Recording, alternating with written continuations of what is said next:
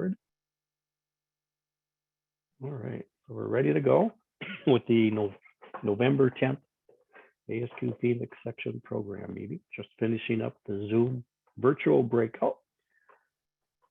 We do have a comment in the chat window. Tom Siebenaller just said, great quiz. Thanks for the challenge. Try to do something a little fun. Next month, I know it will be covered in my announcements and wrap-up slide, but for the sake of time filler, next month we are having a program meeting, but it will not be virtual. There will be no virtual option. My apologies for those of you who are out of the state and you've been following us for the last couple of years on Zoom. December program has traditionally been the month when we do our holiday networking event. So we try to gather as many of our section members as possible. In years past, we've had like a round table cafe. We'll have different tables set up and the people rotate. We seek answers and suggestions, like maybe topics for future programs, or if they've heard a guest speaker that they really liked and they would recommend this person for one of our future programs, or questions about what we could be doing differently, more of, less of. So those are the types of things we usually have at our holiday networking meeting, plus an expanded holiday meal option. This December, we're going to try and get back to that tradition. So it will be an in-person event only, no virtual option, no guest speaker, no agenda. Just show up and participate in networking and food and drink. Food is provided free of charge, sponsored by the section, and we'll also provide at least one drink ticket.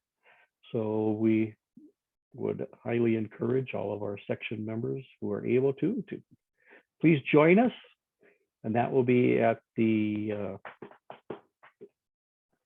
Cornish restaurant. All of a sudden, I can't think of its name, but down in Tempe. Thank you, Cornish Pasty. Thank you, Barbara. I like that place. They do have fantastic pasties. Yes, they do. How many do they have on their menu? Something like 40? They have so many, you lose count. So you can order your own pasty. They're like, $12, $13, $14 a piece. So the section will pay for your pasty. I've had a couple so far. We had this similar event, an unmeeting event up in Flagstaff area in early October, and it was at the Cornish Pasty restaurant up there. And very good food. So hope you can join us. The group from the Meet the Speaker breakout has resumed with us. So Hillary, is there anything you would like to share, or anything that particular note come up at that breakout? Well, Roger just gave us all a brief summary of his background and talked about some of the things that he's going to be discussing in his presentation tonight that have to do with the AS-9104 changes that are coming up, or the revisions. One of the interesting things that he did mention that has happened during his career is that he's had the opportunity to audit various aerospace organizations, and one of which was Kennedy Space Center. So maybe he'll talk a little bit more about that later on. But yes, we all found that very interesting, and he gave us all kinds of information that is giving us an opportunity to look forward to the additional things he's going to speak about in his presentation. Great, thank you. Well, thank you, Roger, for joining us early in our call and participating in that Meet the Speaker. I think our members find those sessions of particular interest. Sure. Especially for those who work in that industry, they would have more germane questions than people from outside the industry, but glad you could join us. All right, so at this point, I have a few announcements that I am obligated to present, some on behalf of our parent society. And of course, we want to share what we're doing and events coming up here in the Phoenix section. So just take a few minutes to update everybody on that, and then we'll be introducing Roger. So again, this is World Quality Month. November is celebrated worldwide, not only in ASQ, but other countries related quality organizations such as the Quality Council International. I think that's what CQI stands for. And I was telling the people who were in the main room that if you go to their website, cqi.org, I believe, they not only celebrate November as World Quality Month, this week, November 7th is World Quality Week. And today, November 10th, is World Quality Day. So they have other events and other materials. They have a whole laundry list of things that ideas you might want to try with your employer to help celebrate and recognize quality in your organizations. I did copy here some of the available free downloads. So I am currently using the Zoom background. When you see my video, that's the World Quality Month Zoom background. There's a couple email signatures. There's like a Facebook frame. ASQE also has a Zoom background. If you remember or recall, ASQ serves individual members. ASQE is a for-profit extension of ASQ, and they really focus on organizations. But you can find all this information not on my ASQ, but on the full ASQ site. So at asq.org/WQM. And I would check back every week. They're going to update with new content every week through the month of November. Some events coming up. December 8th, there's the Women in Quality Symposium, if you have not yet registered. I think this is the 3rd annual. This is a virtual only symposium. A lot of great papers, talks, and presentations highlighting women in quality, their contributions, and significant events in the world of quality. And then every late February, early March, we have the annual Lean Six Sigma conference here in our own backyard in Phoenix. And Hillary Werner is on the planning committee. She is the Phoenix section representative on that committee. So I know they've had the call for papers, they've had the call for volunteers. So now they're just working with each of those selected presenters on their presentations and getting ready to pull all that content together. Hillary, is there any information or updates available that you would like to share with regards to volunteers? How is that going to work this year? For the Lean and Six Sigma conference, Bob? Yes. I actually don't have information on volunteers just yet. I do know that we will be having a call for volunteers. We've just wrapped up presenter selection, and we'll be starting the coaching of presenters. But I would imagine that we'll send out a call for volunteers sometime during the month of December. And that'll give us about 2 months to kind of get an idea of who's interested. Yeah, great. Thank you very much. Yep, thank you. And then again, every year we have the World Conference on Quality, and now that rotates from city to city. So this coming year, the May 7th through the 10th, the WCQI will be hosted in Philadelphia. And that is an in-person event. Last year it was a hybrid. The year before that, it was planned to be a hybrid. I'm not sure, I don't recall if the 2021 was, I think maybe that was a virtual only due to the ongoing COVID issues. But 2023, they're moving back to the in-person event, as is the Lean Six Sigma conference. All right, so finishing up with the society news, moving on to section news. We had our call for nominations and the elections. So this is the officers this year. Here's the officers elected for next year. Hillary will serve as our section chair. David Gibson is our secretary. He's also a past chair. And Daniel Marsh, who works for the city of Buckeye, is our treasurer. So we're happy to have all 3 of those individuals at the helm of our section. And we have a whole slew of people filling the voluntary positions as well. Those are not elected, rather appointed. With regards to that appointed, we have something like 18 different offices, positions within our leadership team. we still have a few openings. Of course, we've mentioned for the last several months now that we are hoping to put together a section conference that may be a 1-day, maybe a 2-day event, multiple tracks. It really depends on how many papers we get and accepted. But at minimum, a 1-day event.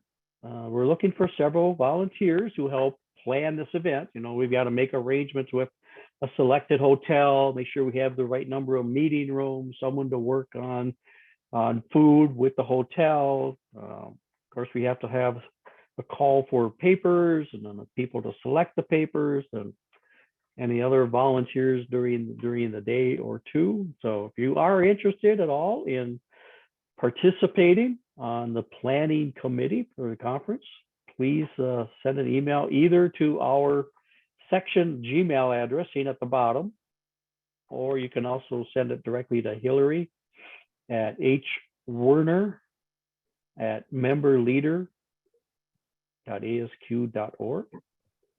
In addition to that conference planning committee, we have 3 off positions every year. That this year people have moved from one position to a different one, so we have 3 openings. If anybody is interested to work as our scholarship chair, primarily you're working with ASU.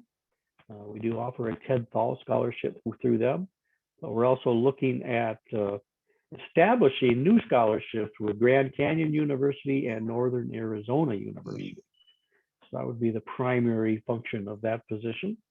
Looking for a newsletter editor, currently is served by Hillary. Of course, moving into chair, probably doesn't have time to also fulfill the role of newsletter editor. So that position, in the interim, I am taking that on, but I would be more than happy to hand that over to somebody else because I am already fulfilling several other minor tasks. We really like to get new people into the organization to learn, develop your own leadership skills, help spread the workload amongst the volunteers, and also earn additional RUs for your own recertification journal. And then the third position is voice of customer chair, currently filled by Dan Marsh. Of course, he's moving up to our treasurer. Similarly, Dan says he will continue in the role in the interim, but we'd really like to get a new fresh face into the section. So if you have an interest at all in any of these 3 positions, oh, and by the way, the voice of customer chair is the person who sends out the surveys at the end of every program meeting and after every course or workshop. The survey and then also the RU certificate. So that is primarily the role of the voice of customer chair. Again, if you're interested, please drop us a line. We'd love to hear from you. Here's a little bit more about that quality conference.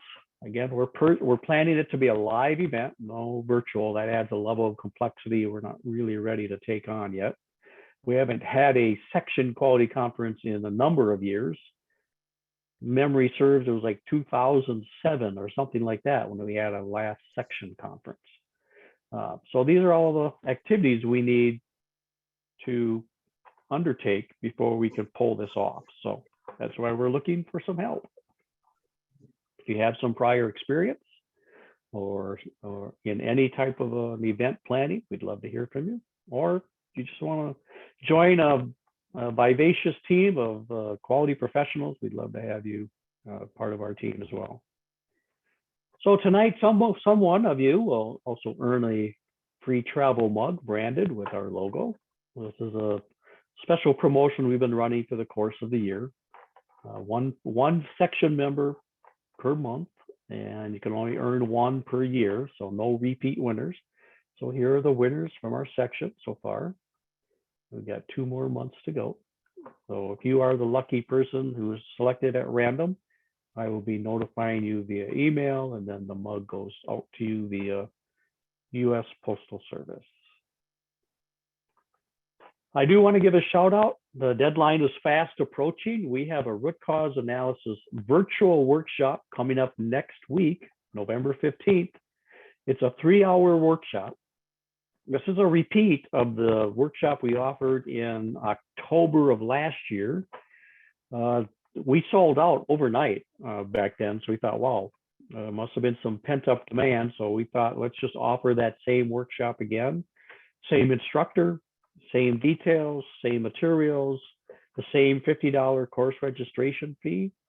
So if you have those 3 hours available, 1 o'clock to 4 o'clock Mountain Standard Time on November 15th, and you'd like to learn a little bit more about root cause analysis, please follow this link and sign up for the event. Again, it's $50. This 3 hours will focus on the tools in the root cause analysis workshop. And they talk about some of the tools down here at the bottom: run chart, control charts, check sheets, Pareto charts, is not, problem definition, cause and effect, and 5 whys. And they teach us the preferred order of when to use these tools to make sure you've identified the true root cause or causes of a problem. Please register as soon as possible. Time is running out. Last month's meeting, we track this every month. This is our Voice of Customer Chair putting out the survey. So we had good feedback. Over 90% or 90% of people were satisfied with the overall event, and another 77% with the networking. So when you do get this survey email from Daniel Marsh, please open it, take the survey, and download your RU certificate. And this is just a quick snapshot of our My ASQ site. Again, we do have a jobs board. It's through the discussions link on the Phoenix section site. So not at the top My ASQ discussions. This would be like the society level. We're talking about the Phoenix section. So you should see this banner and then click on discussions. And then there's several categories. You will find the job board. And our placement chair, Robert Martin, has been doing a fantastic job of uploading new job opportunities every month, anywhere from, I think, 3 on the low side and 15 or 16 on the high side. Employers are still looking for jobs, people to fill jobs. Our unemployment rate is something like 3.7%. There's still 10 million unfilled jobs out there. So if you ever want to do a change or enhancement to your career, now would be the time to look at the opportunities. This is where, if you click on videos or files, you can find a copy of the handout for tonight's presentation.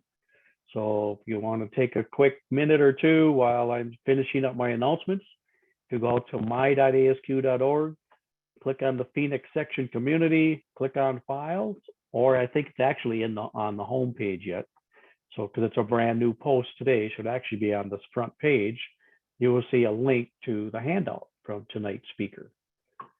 And then in the videos tab, this is where you can view prior program meetings that have been recorded. Send us an email confirmation that you watched it, and we will send you an RU certificate for that program. All right, yeah, through that business. I've already launched the Zoom recording, so we're good to go. Let me first start by introducing tonight's presentation and speaker. So upcoming changes to the aerospace certification with revisions coming to the AS-9104/1 standard. Roger Ritterbeck is here tonight from Bureau Veritas, North America. And Roger is an aerospace program manager for BV and serves as the global steering committee for their certifications. Mr. Ritterbeck represents Bureau Veritas at the Americas Aerospace Quality Group Registration Management Committee level and has served on various subcommittees.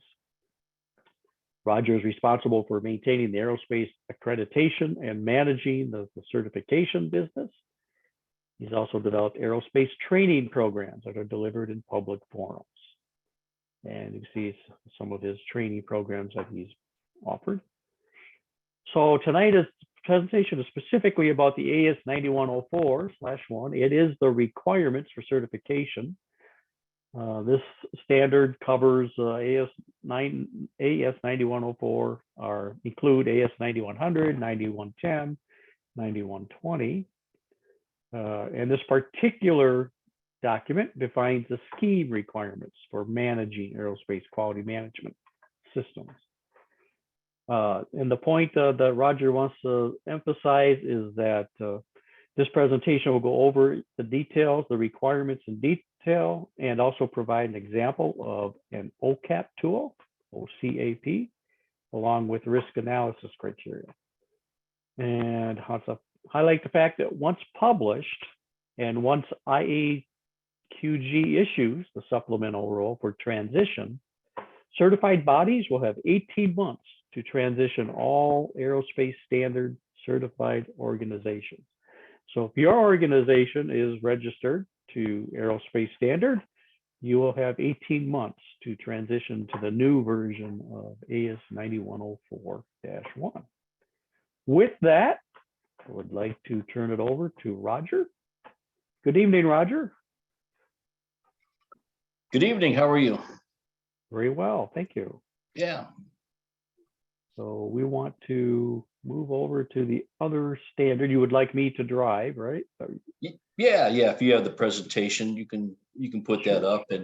And so, yeah, so before we start in the breakout session, I had mentioned that this same presentation is going to be delivered live in person at the International Conference on ISO 9000 and Audits, March 13th and 14th in Orlando, Florida. And that conference is actually backed up with the Lean Six Sigma conference, and you can find information on that at aqi.org. And it's our 23rd annual conference, I believe. I've served on the conference committee for about 15 years, so it's a great conference. It's our first live conference since 2019 in San Antonio, where we had an attendance of around 1,200 people. It was outstanding, great conference. So we're expecting a very good attendance in March in Orlando. And it's a great networking opportunity. It's obviously you get your continuing ed credits, and so it's a good opportunity there.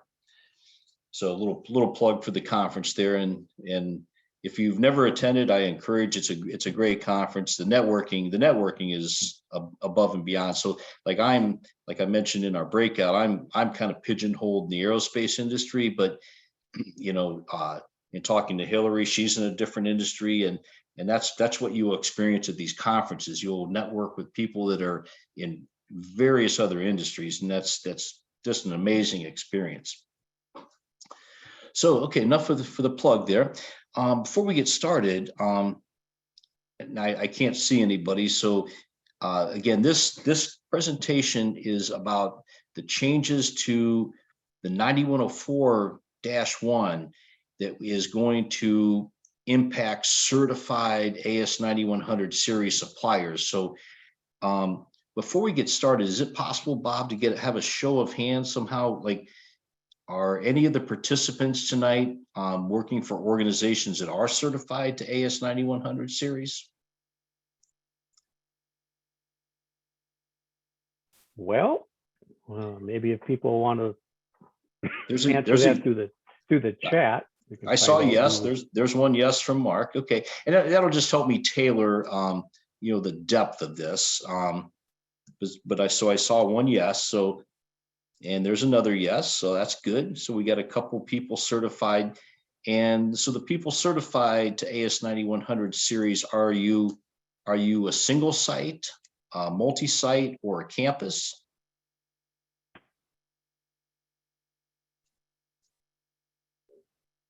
Single site. Okay, Mark replied back. Thank you, Mark. And Joan replied back, a multi-site. Okay, so that's good.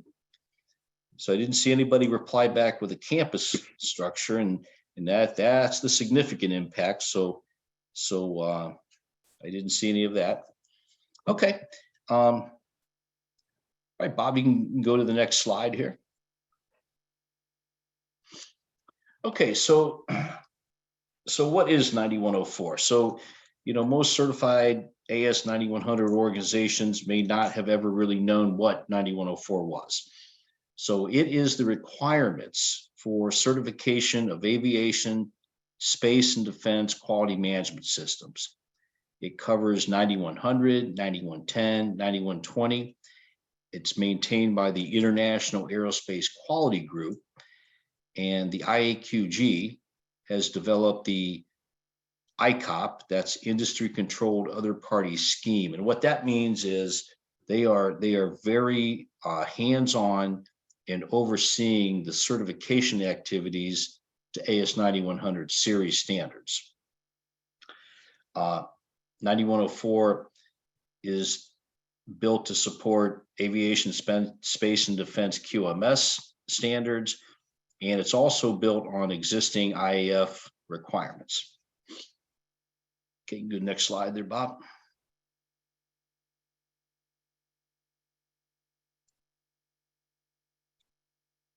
So the changes in this current 9104 is really, the intent is to align the industry and IAF requirements. And what that means is, so you may be familiar with the various IAF mandatory documents. There's several of them. And so 9104-1 current version, which was 2012, there were some serious disconnects between the IAF mandatory documents and the current 9104. And some of those IAF requirements have changed since 2012. And so this is really catching them up, and it's really to align the industry requirements with IAF. So if you look at the current 9104 compared to the 2012 version, it's really a slimmed down version, but it refers to many of the IAF mandatory documents and defers to those. Okay, next slide. So the 9104, I mentioned the 9104-2, or maybe -3. So it's a trilogy of standards. So the 9104-1 is really the requirements for certification bodies to certify suppliers to the various AQMS standards. 9104-2, and I think there's a little typo here, 9104-2 is the industry's requirements. So that would be the Boeings, Lockheed, Parkers, all the industry members. That is their requirements to oversee us, the certification bodies. And in 9104-3 defines the aviation, space, and defense auditor training, development, competence, and approval requirements. So all three of those standards are in conjunction. 9104-1 is published. That was published in January of this year, 2022. -2 is published. -3 was published, but it is going through revision right now because there were some legal issues, and is anticipated to be republished in Q1 of 2023.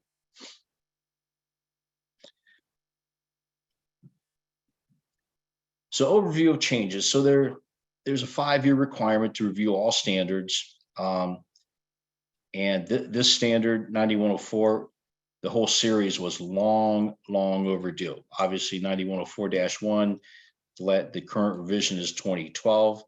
The 9104-3 was actually the current revision before this recent publication was 2007.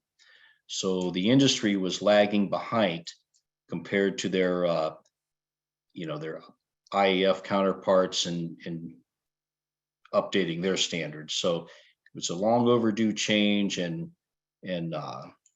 but it's now well underway. Okay, so some of the IAQG inputs and desires for changes, they wanted to ensure that CBs and auditors have accountability. So in the aerospace industry, personal warranty, quality, that's obviously a huge emphasis. They wanted to really flow that more to the CB and auditor level. Want to eliminate redundant and confusing items, which there was tons. So if you, for instance, the current 9104-1 has a resolution log, and what a resolution log is, and it resides out on the OASIS database. So the current number of resolutions on the existing 9104-1 is 162.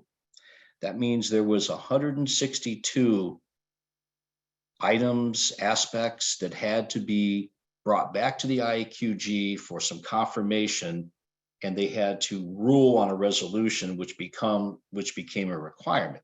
So you can imagine that is just a ton of stuff for CBs to deal with. Third, the IAF document changes align with scheme requirements. So for instance, there was a number of IAF mandatory document changes over the years, and 9104 just simply, they didn't keep up with them. They didn't, there was no resolutions. They didn't change them. For instance, a campus setting. Campus settings are still allowed in the aerospace industry, but that setting does not exist in IAF documents. And, you know, get to remember, all AS certifications are based on ISO 9000. That's the base standard. That's the base requirements. 17021 is the base. So in some cases, the aerospace was deviating from base requirements. So that was another key initiative, was to get back in alignment with base requirements. Another one is to apply risk-based auditing. As we'll get into this a little bit later, you'll see that AS9100 series audits going forward are going to be risk-based. There's some data that will go into that, and there's some calculations that will determine audit duration. Another big one, I mentioned campus settings, decreased variation due to site structure confusion. You know, in aerospace, currently we have single site, multi-site, several site, campus site, complex site. It's all going to be eliminated. It's going to be reduced down to single site and multi-site, just like in the IAF world. And then, of course, align all the standards together. And the key I mentioned, there's 162 current resolutions. They'll be eliminated. So we'll be back down to no resolutions. We'll have one standard to work with, 9104-1, and not 162 resolutions to try and decipher what they really mean. And this is just a little pictorial slide I threw in here. So, you know, this is IAF on the left-hand side. IAF mandatory document 5 is the determination of audit time for quality and environmental management systems. You know, that's one of the key documents. And there were discrepancies between that document and the current 9104, and those discrepancies have been eliminated. It's been streamlined, in the 9104-1 2022 now aligns with a IAF mandatory document 5. And of course, you're probably familiar with ISO 17021-1, which is the base requirement for conformity assessment requirements for bodies providing certification of management systems. So there was a lot of 9104-1 2012 requirements that were contradictory to 17021. Those have been eliminated. So it's, again, a streamlined document, and where the aerospace industry determined that 17021 was okay, they didn't require anything additional. So it's the new document in some cases is more user friendly, although it does impose some additional requirements for suppliers now.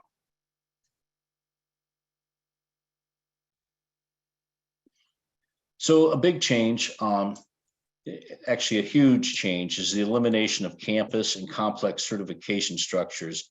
And that's why I asked the question, as I got into this, nobody said they were campus or complex, so I won't dwell on this, but so a campus if you were currently a campus or a complex, and you're going to have to switch to a multi-site, there are huge ramifications in audit durations. But again, I won't dwell on that, because based on the response, we only had single site and multi-site, so we can go on from this slide. Whoa. So Roger, if I can break in just a minute here. So what is the difference between a campus and a multi-site? I'm familiar with single site and multi-site. Not sure I understand the concept of campus. Well, that's a very good question, and that's what has driven a lot of these requirements, because in the IAF world, campus doesn't exist, but in the 9104-1-2012 world, the industry wrote in campus requirements, and they allowed, so you could literally have X number of sites, and you could call it a campus as long as you met these requirements for this so-called single value stream. And again, so this was just prone to abuse from the start. So, and the big difference, Bob, that's a great question. So if you have 5 sites on a multi-site, the audit duration for those 5 sites is calculated by the employee count from each one of those sites. And that's what the audit days are for that, that particular site for those 5 sites. What the aerospace industry wrote in for campus was that you could take those 5 sites and you could take the total population of the 5 sites combined.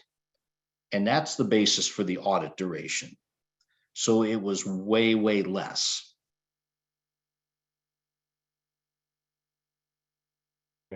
Okay, that makes sense. Yeah. I'm just thinking back to my days working for 3M. We have like 204 manufacturing plants around the world. Some plants only make one industry's products, but many of our plants make products for multiple industries. Sure. So we're registered to multiple different standards. And then within those plants, some production lines actually make multiple products for multiple industries. It is very confusing between a individual site, multi-site, and a campus. If we have 204 plants, but 12 of those plants make products for aerospace, they would be considered a campus or a multi-site. And part of the question was, well, let's say we have seven manufacturing sites that make products for aerospace, and there's a problem in one of those. Does that shut down the certification for the other 6 until we get all 7 in compliance? So that got to be a nightmare. Oh yeah, and it goes back to you flip back to the the pictorial of the 2 standards, especially the IAF MD5, and see, that's a great point, because that revision of that document is 2015. That's only 3 years after the 2012 version of 9104-1, where they introduced this campus setting. Well, IAF MD5 2015, there's no such concept as a campus. It's strictly single site or multi-site, and the aerospace industry never reacted to that or never caught up to it. And so we in the aerospace industry, we have tons of campus structures that are certified to AS9100 series based on ISO 9001, under 17021, under MD5. So they're really a violation. So the 9104-2022 is really catching this all back up to where they align, like back to one of the original slides, align with the industry standards, or the IAF standards, I should say. Yeah, great. That should help. Clarify a lot of issues and potential questions, issues out there. Oh yeah. Yeah, sure. Whoops. There we go. Okay, so now we have a new tool. It's called the Organizational Certification Analysis Process, formerly or commonly known as OCAP. And that is going to eliminate the current audit duration calculator. The ADC is currently embedded within OASIS, and that's how you determine the number of audit days. And it's strictly based on your site structure, number of employees, nothing else taken into account. So the new OCAP tool is going to take in a lot of factors to determine audit time. So next slide.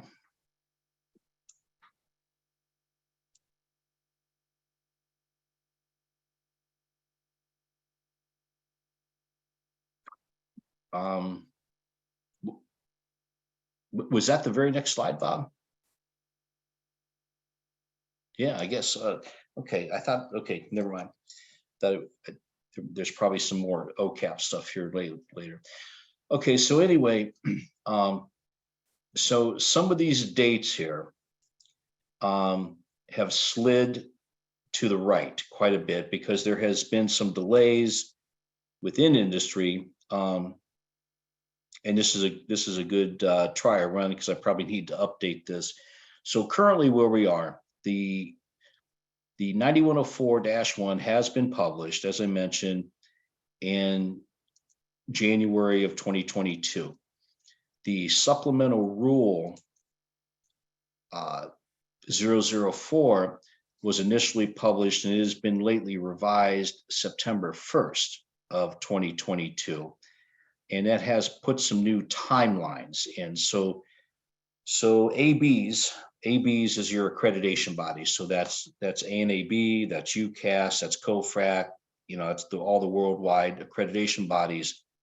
That requirement now is slid to December 31st of 2022.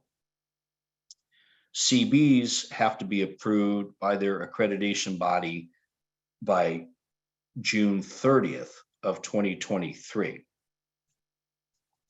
And then following the CB approval, so this is a key point here. So whenever your CB has their approval from in the Americas here, it'd be ANAB, that CB has 90 days in which to start auditing under the new 9104-1 requirements, which means they have to switch from the ADC to the OCAP tool.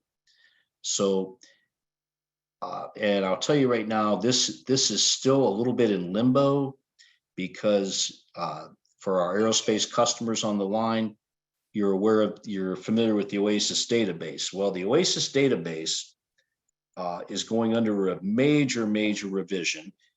That's probably not embedded too much in this presentation.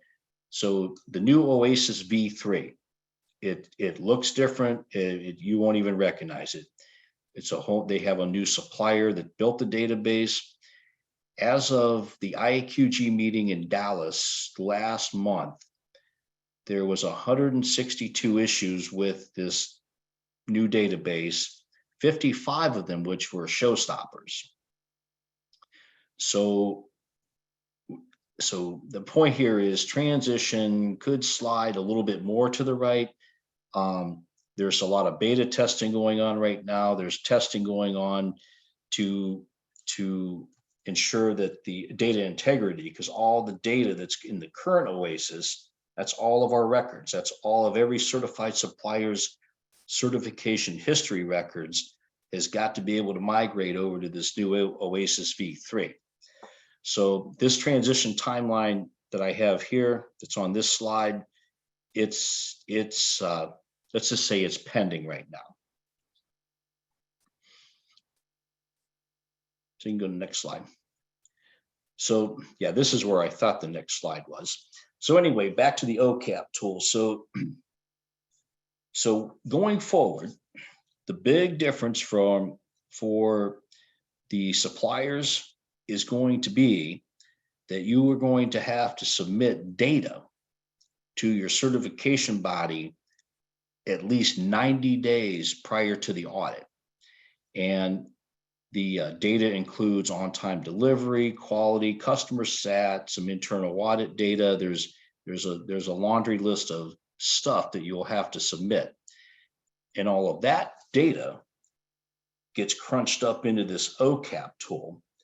And then the outcome is the risk level. So next slide.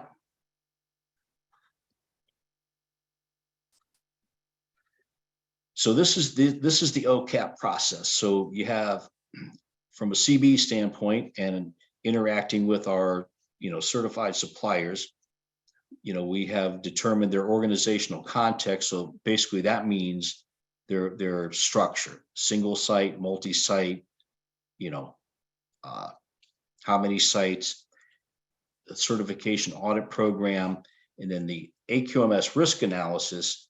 That's the OCAP piece. So all the data that the suppliers provide to your certification body gets crunched into this OCAP tool, and then the output is audit time. Okay, next slide.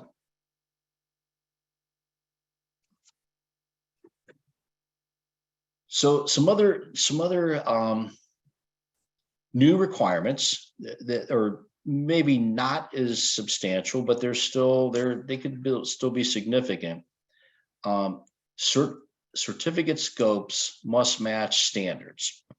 So currently, we may have, you could have 9,100 certificates with repair in the scope.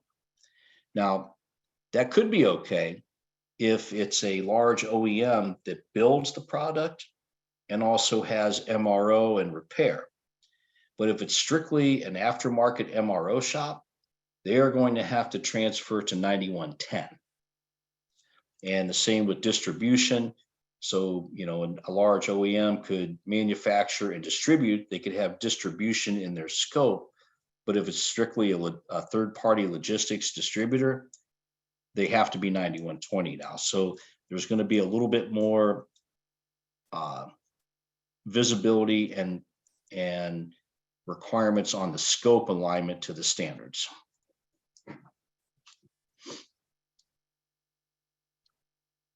Okay, next slide. So another new requirement is that industry has recognized that they have numerous AQMS standards that are not certifiable standards.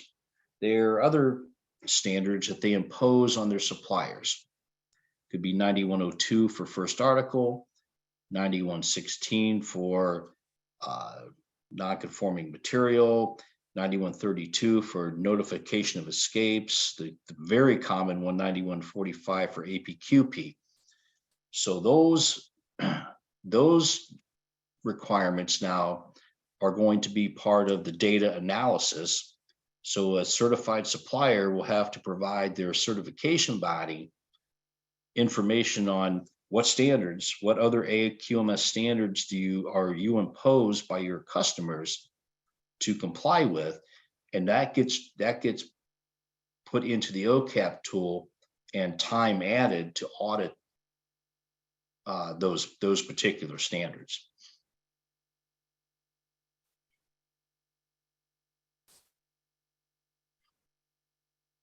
Okay, so the audit planning. So now we've gone through the OCAP, and that's all the data analysis. That's where we determine the risk level, additional AQMS standards. So now each audit will require auditing of the risk identified. So your suppliers will either be low, medium, or high. So that will have to be identified on the audit plan and what the particular risk were. So if on-time delivery was considered a high risk, then that will be part of the audit planning, and the audit plan will focus on the delivery aspects that drove that risk number. A key change, a very key change here. The OCAP will be rerun prior to each audit. So this is not a one-time submittal for certified suppliers. Prior to each and every audit. So if it's your renewal, if it's your first surveillance, second surveillance, subsequent renewal, every audit, you'll have to submit this data 90 days prior so that your certification body can reassess the risk prior to each audit. And of course, industry realizes that some suppliers may, they just may not play along with this. And so they wrote into the requirements that failure to provide the required data will automatically put the certified organization into a high-risk category, which is an automatic 10% increase of audit time. And then the audit and the auditor obviously will verify that data that was submitted 90 days prior. When they go on site, then they'll audit to that data and verify that that was accurate.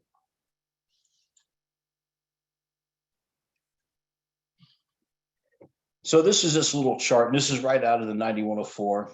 It's one of the tables. So this is the output of the OCAP. So the output of the OCAP, and again, there's various data points that go into the OCAP tool.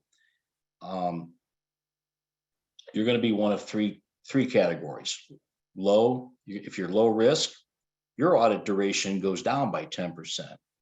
If you're medium, status quo, everything's good, no change off the required tables. If you're high risk, then there's an additional 10% added on to the audit duration.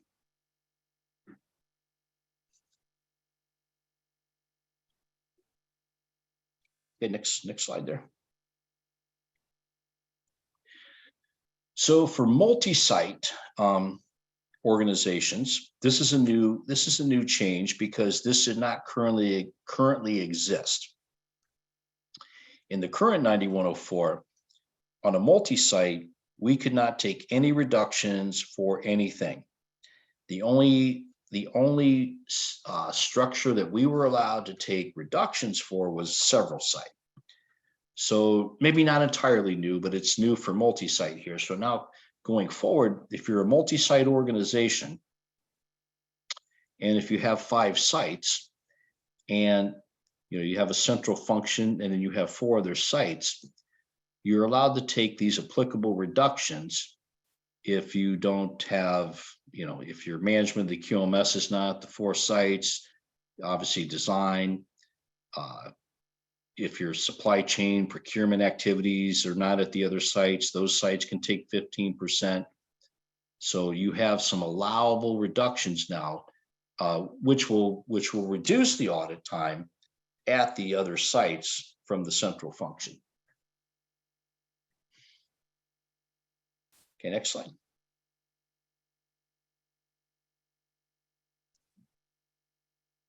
So this is, there's not a ton really new here. So from an audit planning standpoint, all AQMS processes are to be covered during the certification cycle. So what that means is between your surveillance year 1, surveillance year 2, we are required to cover all of your processes and all the requirements of 9100. Audit plans obviously always must identify, the previous audits nonconformities and look at that nonconformity corrective action as verification. One new requirement here in 9104-2022 is that purchasing is no longer required to be audited annually. So that was a previous 2012 requirement that we had to audit the purchasing activity every single audit.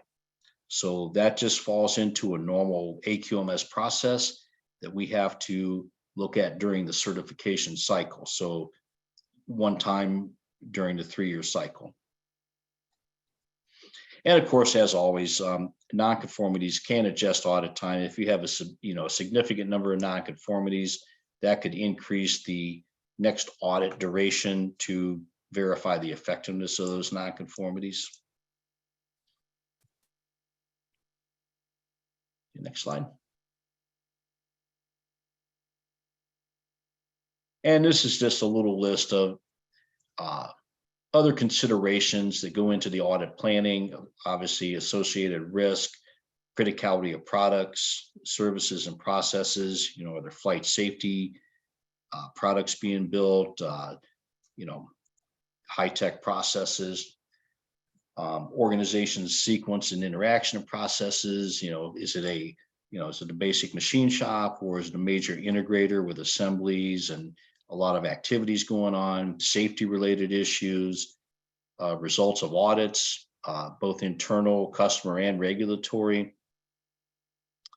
Of course, customer data and metrics. So, in the aerospace industry, most aerospace OEMs provide supplier scorecards, which have, delivery and quality data. Those things go into consideration, management review findings, of course, any changes, and possibly IQG resolutions that, again, there will, the slate will be drawn, clean when we start 9104 2022, but we do anticipate that there will be new resolutions. So those are always a factor as well.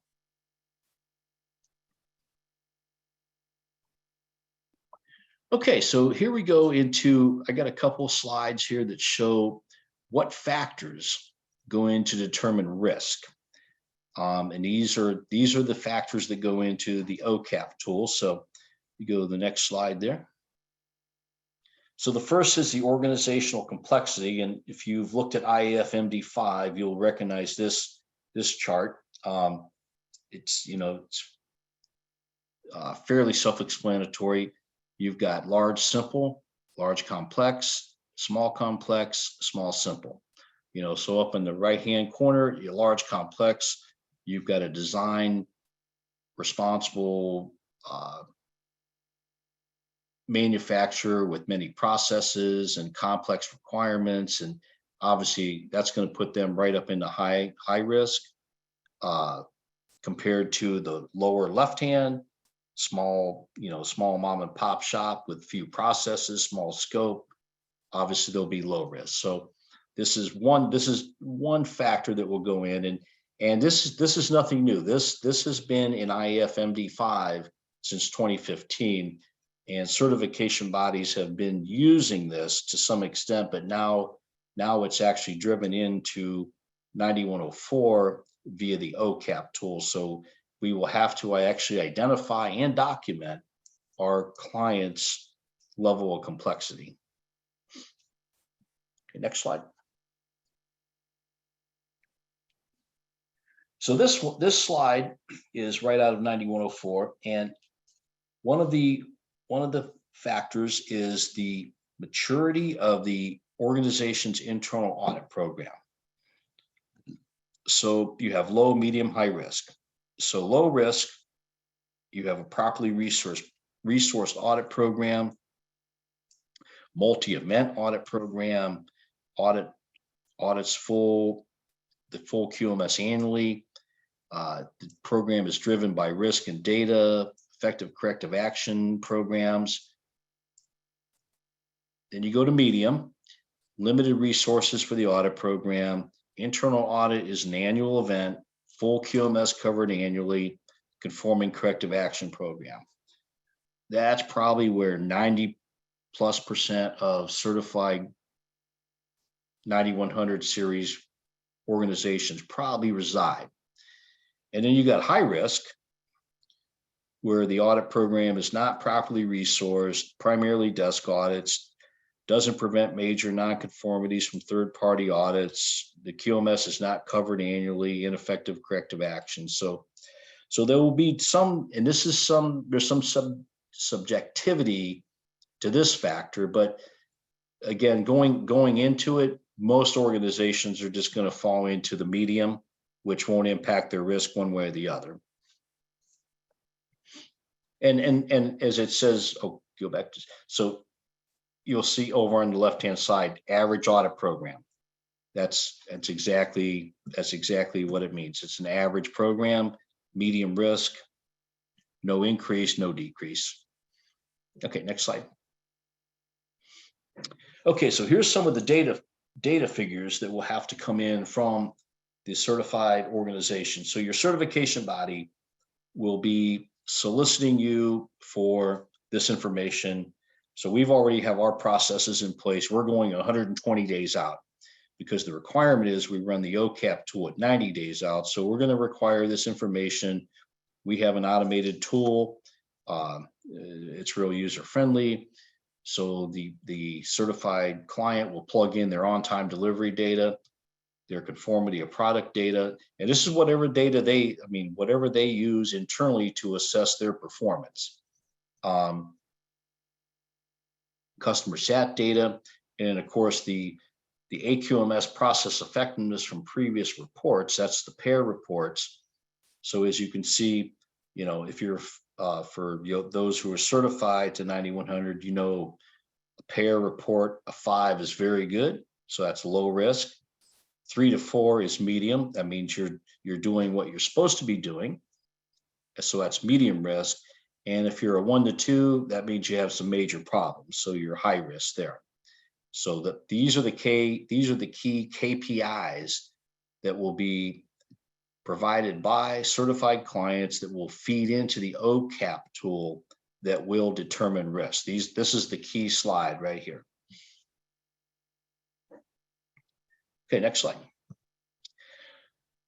So once we have all that, and this is really just for your knowledge, this is the behind the scenes calculations. So we went, first thing we had if you go down the risk factors, we had complexity. So we have low, medium, high, risk score A. Internal audit, same thing. On-time delivery, conformity, customer complaints, feedback, AQMS reports.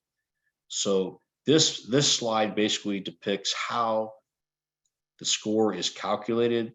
So when R is 36 to 25, the risk is high. 24 to 12, the risk is medium. 11 to 6, the risk is low.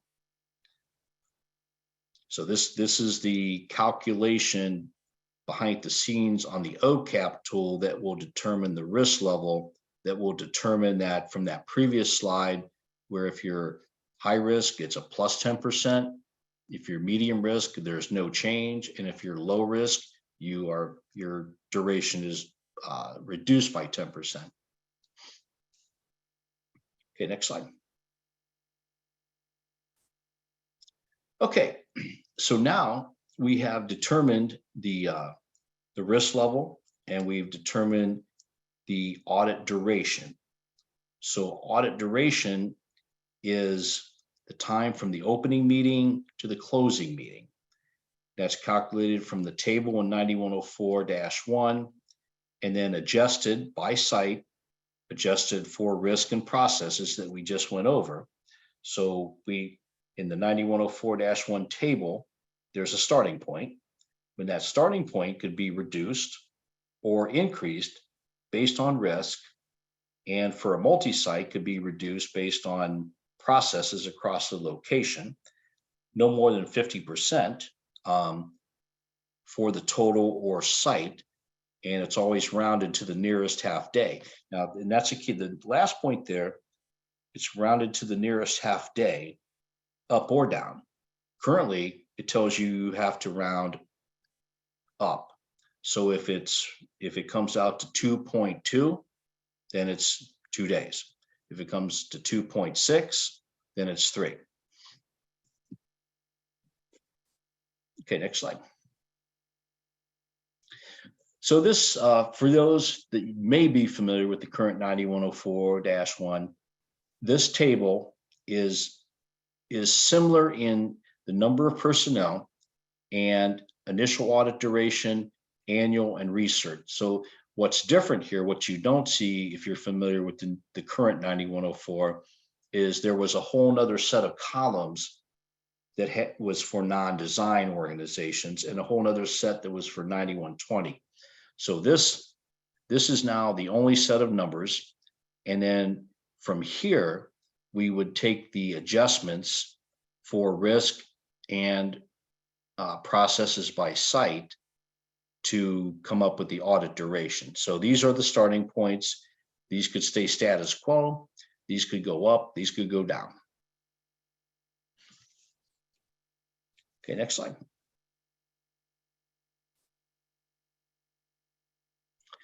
Okay, so the for audit duration calculation, so we've determined the audit time, we've calculated any reductions, which could be risk. Those risks could be additions or reductions, and there could be process reductions. In the middle box there, table 10, reductions by site, which equals the total duration, total audit duration time adjustment. So that's the end number that we will start with to begin the audit. Okay, next slide. So now this is a new requirement. So if you could back up that slide again to the previous slide. Okay, so in the box to the bottom right, we've got the total audit duration time adjustment. So again, that's opening meeting to closing meeting, based on any reductions for risk and processes and whatnot. So now we take that time, that audit duration, to come up with audit time. So audit time is audit duration plus 20%. So whatever that number in that previous box at the right-hand bottom shows, we have to add 20% minimum. And this is for, travel between sites, meals, breaks, report writing, et cetera, the audit planning. And most your certification bodies probably already have this built in some fashion. It's not currently defined or required, so it's all over the board how certification bodies do it. Now it's defined. We have to come up with the audit duration, and then we come up with audit time by adding at least 20% to that total to come up with the total audit time. So that's a little bit of an adjustment as well.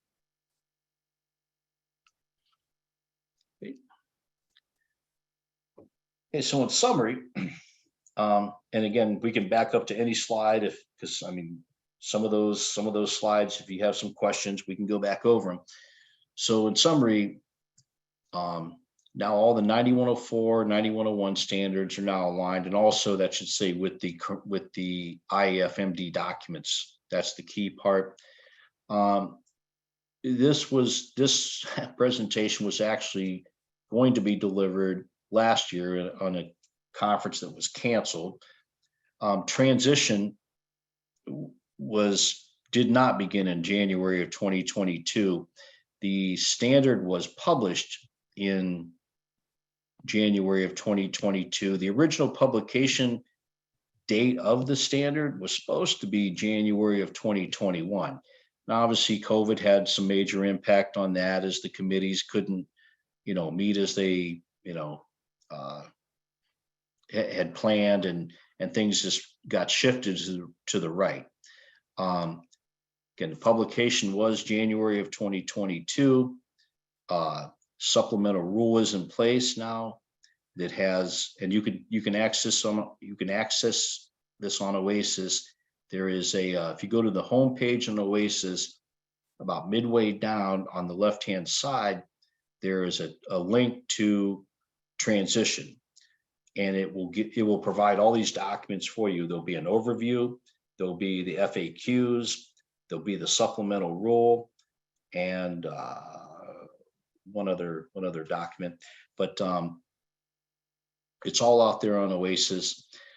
So for clients, transition begins once your CB is transitioned at the next surveillance. So let's say your certification body gets approved in April of 2023, and you just went through an audit in March of 2023.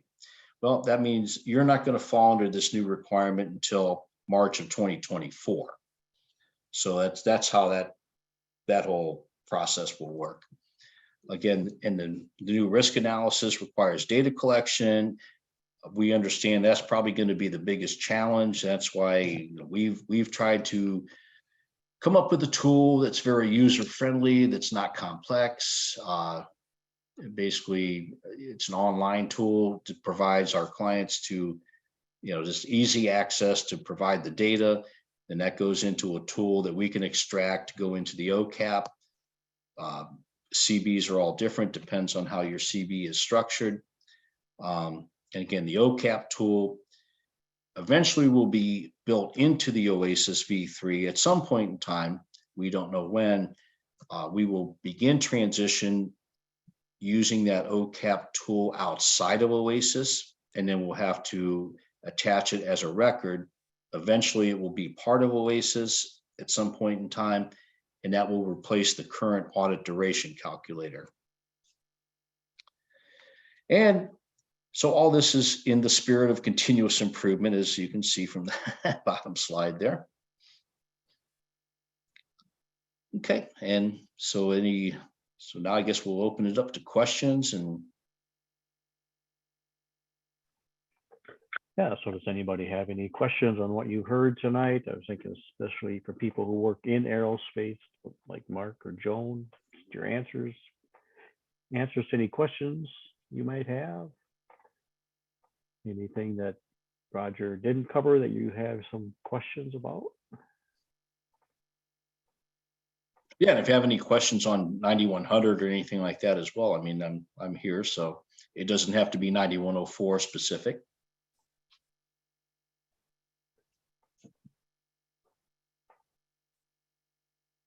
I have a side question just as a consumer. Yeah. What can you tell us about any findings or observations with regard to the Boeing 737 MAX? Or are you not allowed to say? Well,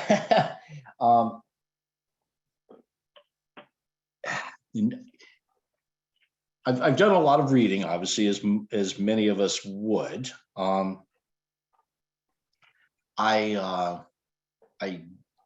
We have a lot of Boeing suppliers that we certify. We have not had any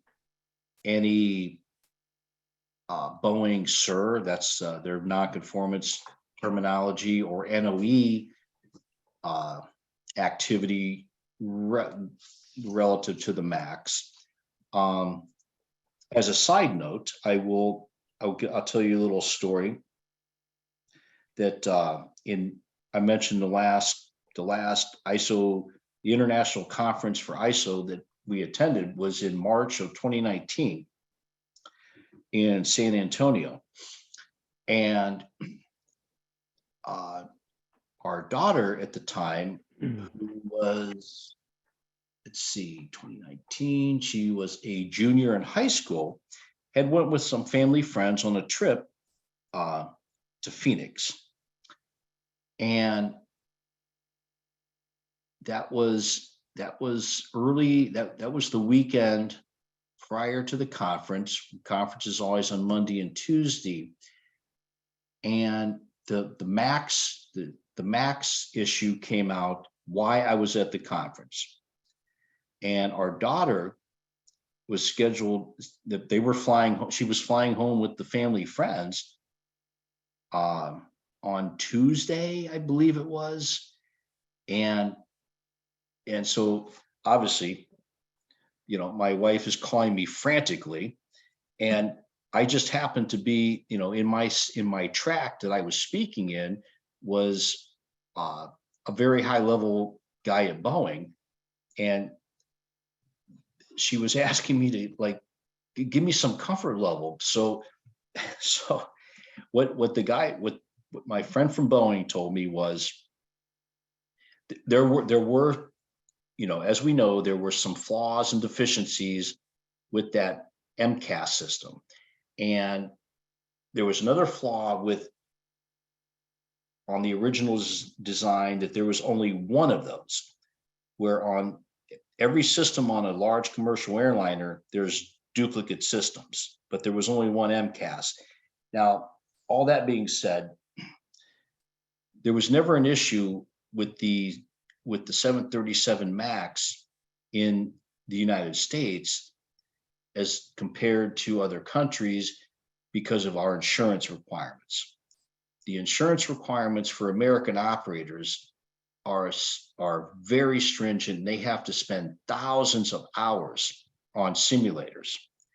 And so the deficiencies that this MCAS, and there were deficiencies, don't get me wrong, and it was all about the new next gen engines that weighed much, they were heavier engines, and it changed the gravity of the airplane. So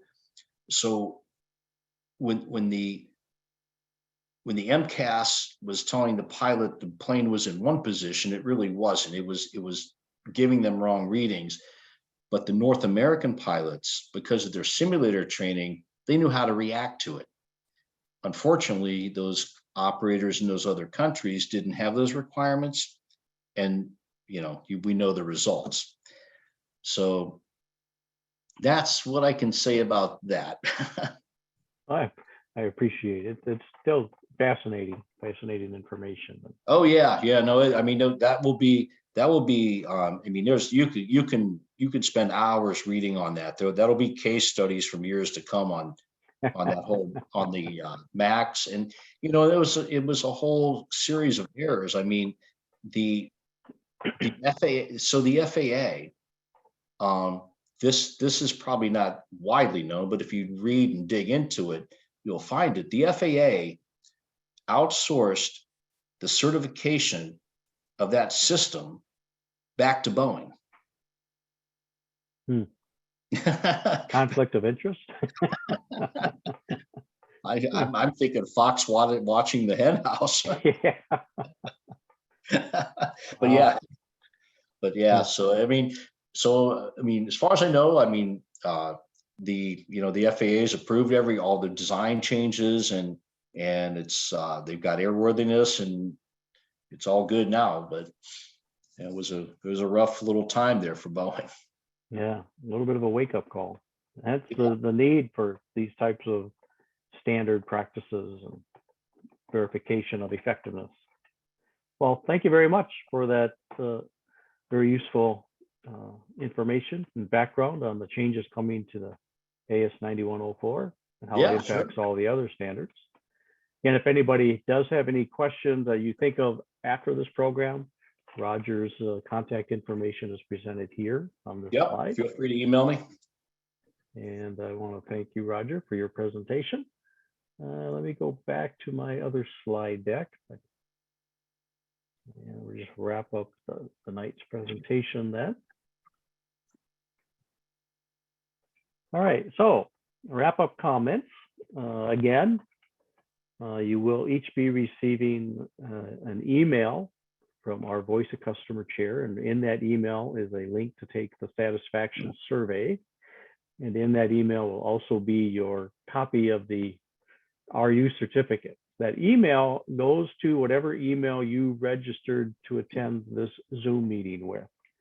So be looking for that email in the coming day or two. It could be tomorrow, Friday. It might not be until Monday.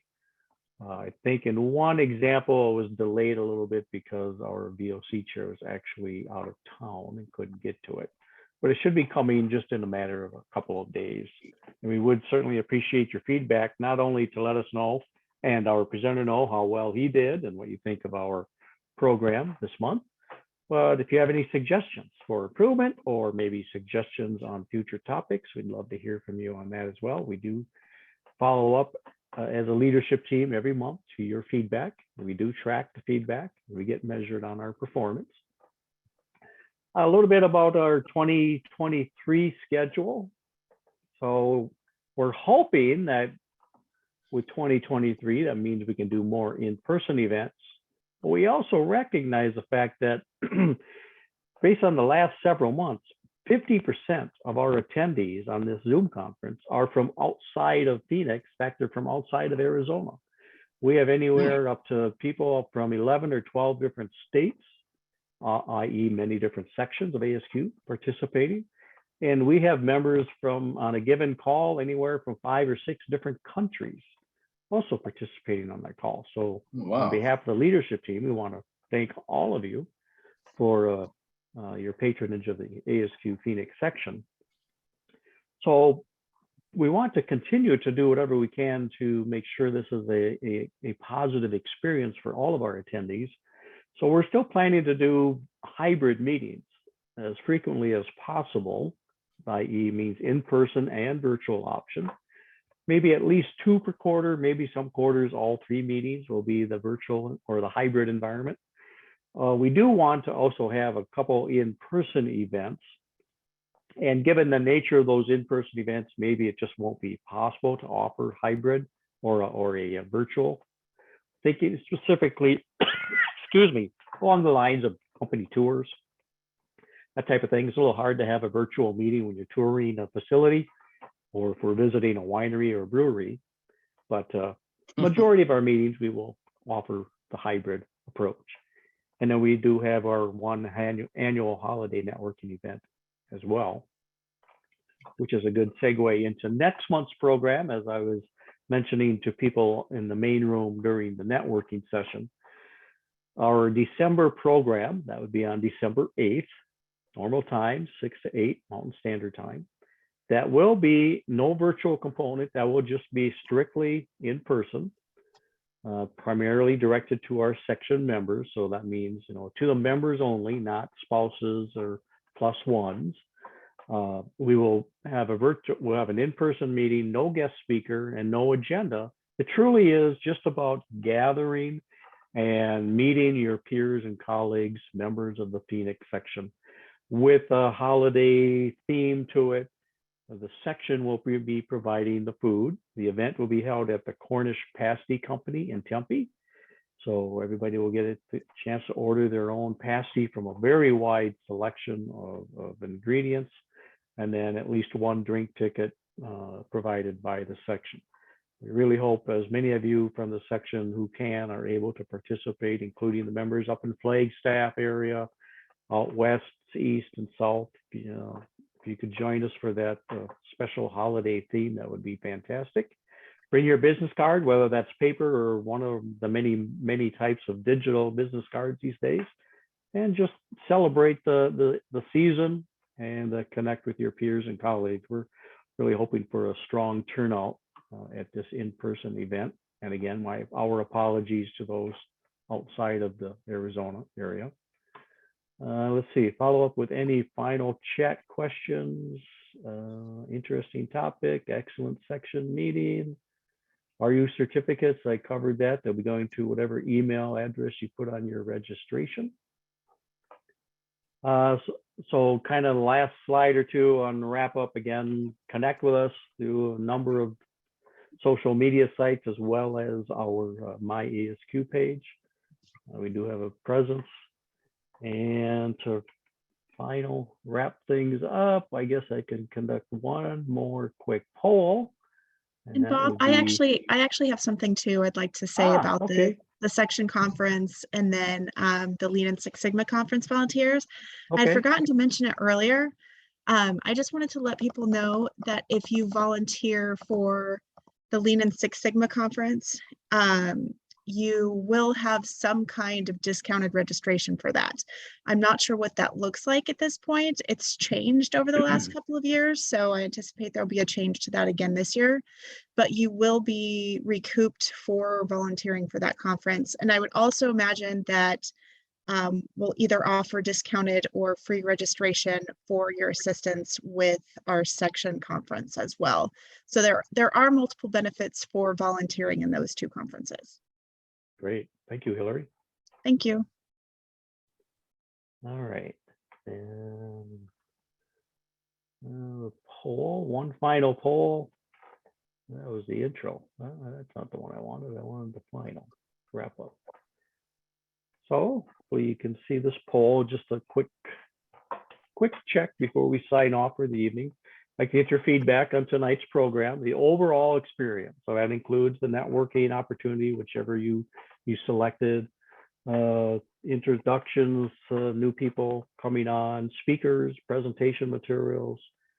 If you'd like to give your feedback on that. And then again, you will be receiving a little longer survey. I think it's 5 questions, but nothing of great duration or time consuming. Just want to get your feedback. With that, I would take one final call for any questions, comments. All right, well, so far it looks like most of the people who have responded to that wrap-up poll were extremely dissatisfied. I hope those were errors. The satisfied were on the bottom and there with the program. And then how can we add value to networking? Again, we're going to look at new opportunities next year. And this is that workshop that we're coming up with, future workshops for next year. So, all right. Well, thank you everybody for your participation, and we will look forward to seeing you in person in December. And if you can't join us, I'm sure our January meeting will be a hybrid account. So again, we'll offer both in person and virtual for that. Have a great, fun, safe holiday the next 2 months, and we'll catch you in either December at the event or in January of next year. Thank you, everybody. Have a good night. Yep, thanks.